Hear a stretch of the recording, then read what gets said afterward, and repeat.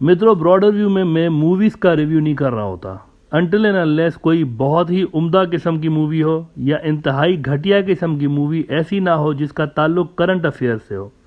एक ऐसी ही film Kashmir files थी जिसके लिए मैंने 8-9 महीने पहले बात की थी, और मेरा ये ओपिनियन था पर्सनल कि इंडिया की पूरी हिस्ट्री में जब से फिल्में वहाँ पर बनना शुरू हुई हैं, इससे ज़्यादा घटिया और वल्गर मूवी मैंने आज तक नहीं देखी। वैसे इसको बनाने के लिए ये भी इल्ज़ामात लगते रहे हैं कि बीजेपी वालों ने खुद और आरएसएस वालों ने इस मूवी को बनाने के लिए पैसे दिए थे, क्योंकि ये मुकम्मल तौर पर हिंदुत्व वालों के नैरेटिव को प्रमोट करने वाली एक प्रोपेगेंडा फिल्म थी।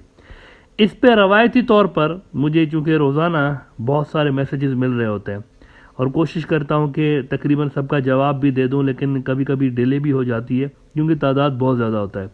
अच्छा, मुझे बहुत सारे मैसेजेस इस एपिसोड के बाद आए थे और उसमें भक्त हजरात ने कहा था कि यू आर बायस्ड, आपके जो विचार हैं ये न्यूट्रल नहीं है, ये बड़ी अच्छी फिल्म है, ये फिल्म तो हकीकत को शो करती है वगैरह वगैरह। लेकिन मैंने कहा कि भाई मैं बायस्ड नहीं हूँ, हकीकतन ये फिल्म सवाए वल्गरिटी की और घटिया प्रोपेगेंडे की और कुछ है ही नहीं, जिसमें कश्मीरी और ख़ास तौर पर जो मुसलमान हैं इनको इंतहाई नेगेटिव तरीके से दिखाया गया है। बिल्कुल उसी तरह जिस तरह आरएसएस के गुंडे अक्सर अपने भाषणों में मुसलमानों को पोर्ट्रे करते हैं ना, जो उनकी शक्ल बना रहे होते हैं माशरे के अंदर, इसी तरह की शक्ल इस फिल्म के अंदर दिखाई गई है।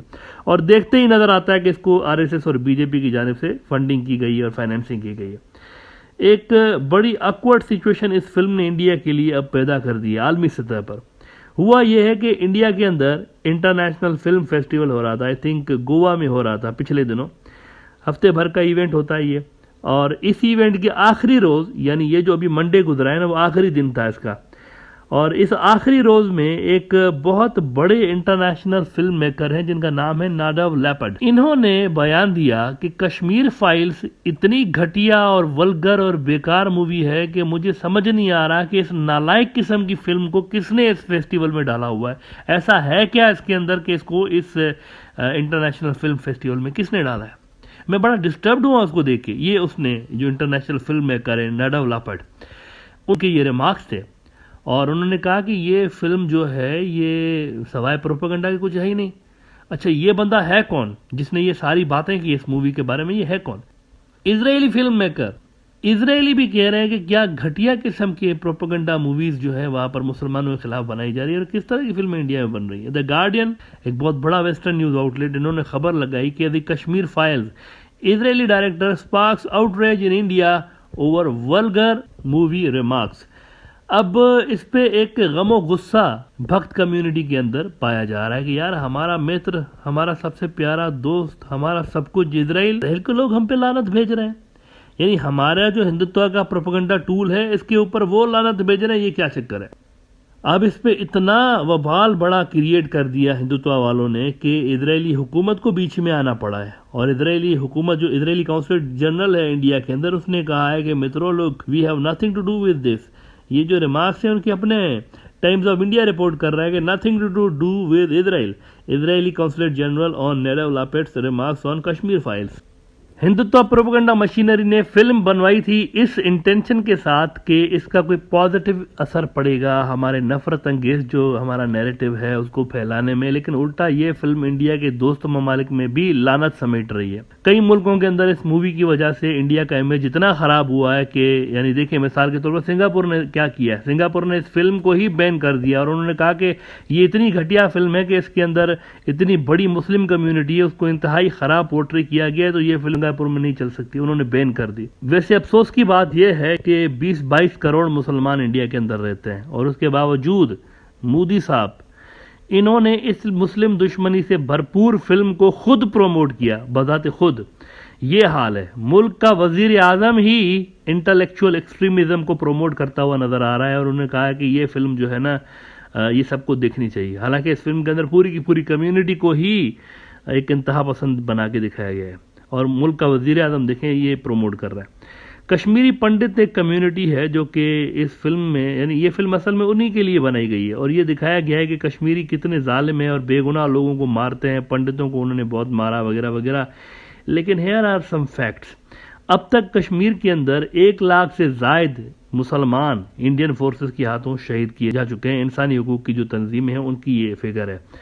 जबकि इंडिया का अपना सरकारी नंबर क्या है ये आप इंडिया के अपने 14 साल पुराने इस क्लेम से देख लें जो कि 2008 में किया गया था। And I quote writers for that, वो लिख रहे हैं कि India revise Kashmir death toll to 47,000। पहले 40,000 उन्होंने कहा था, लेकिन फिर 47,000 पे रिवाइव किया था 2008 में।